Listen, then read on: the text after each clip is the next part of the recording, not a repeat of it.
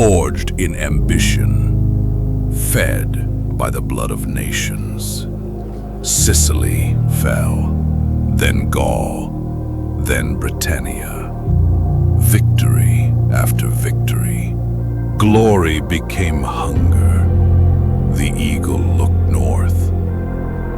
One final wild frontier remained, a land unbroken, unnamed by law. Germania, cold, silent, older than stone. And so, the blade struck the map. Orders were given. Thousands marched into the dark, into the forest that would never forget them. Mars, accept this offering. Grant us strength. Grant us victory.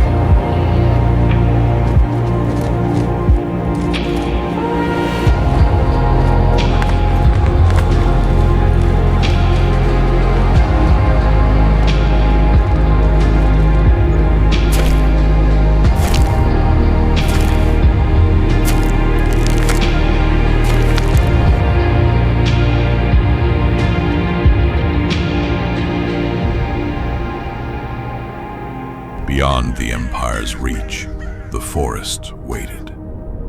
Not empty, but ancient.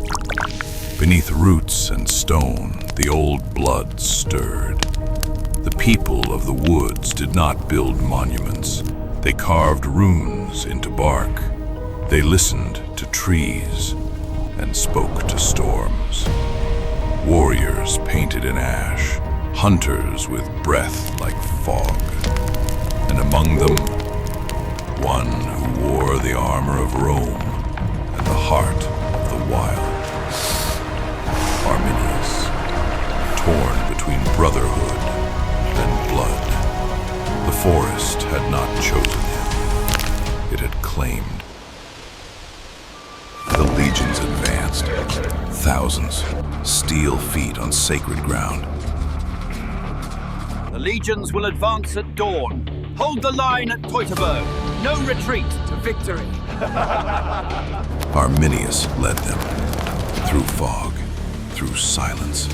The forest watched and remembered. Shields gleamed in soft rain. Orders rang against bark.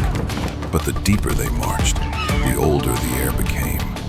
Formations stretched thin, paths blurred, and still they marched, unaware that the ground itself had begun to breathe beneath them.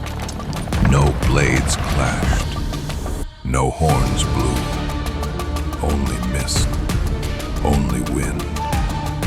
And then, silence. We are always watching. The kind that comes before a scream. Soldiers grew uneasy, roots cracked beneath their boots, shadows moved just out of sight. Still, no enemy, only trees, only fog. The forest was not hiding, it was listening. There was no warning. One breath, stillness. The next, chaos. The forest erupted. Trees split open. Roots turned to serpents. Lightning carved the sky. The Romans stood in lines. But the forest did not care. It swallowed them. From branch and fog, the warriors came, cloaked in bone, in bark, with runes that burned white. Nature itself had risen, and it had chosen a side. Hold the line! Fight with me!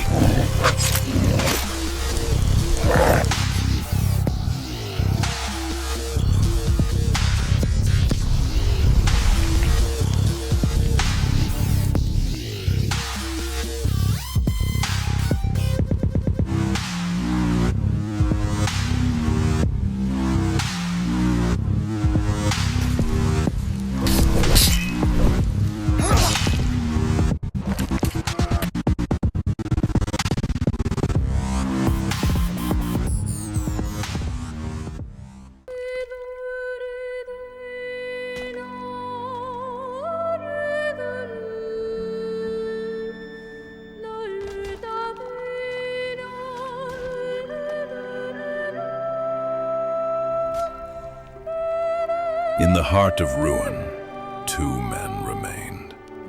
Brothers once, now enemies. Varus, commander of Rome, armor cracked, pride. Arminius, Roman steel on his body, wild flame in his blood. No words, only breath. The duel was not for glory, it was for memory.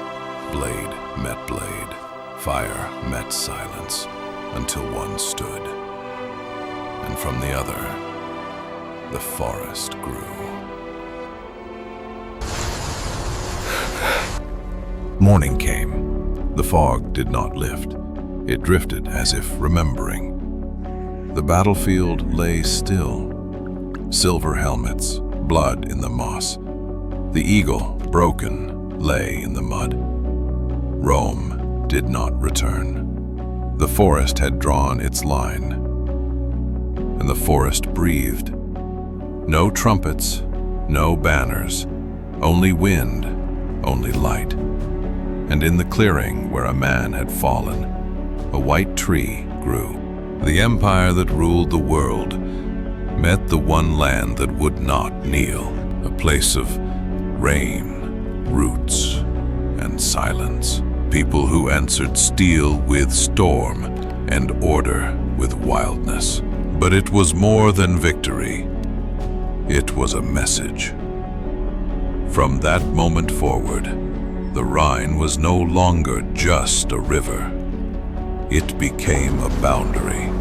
No Roman army would cross it again, and the forest remained free. And Arminius? He lived. He got old. Now he sits here, telling his story to those who still want to listen. So, what's the moral of the story? Never underestimate us.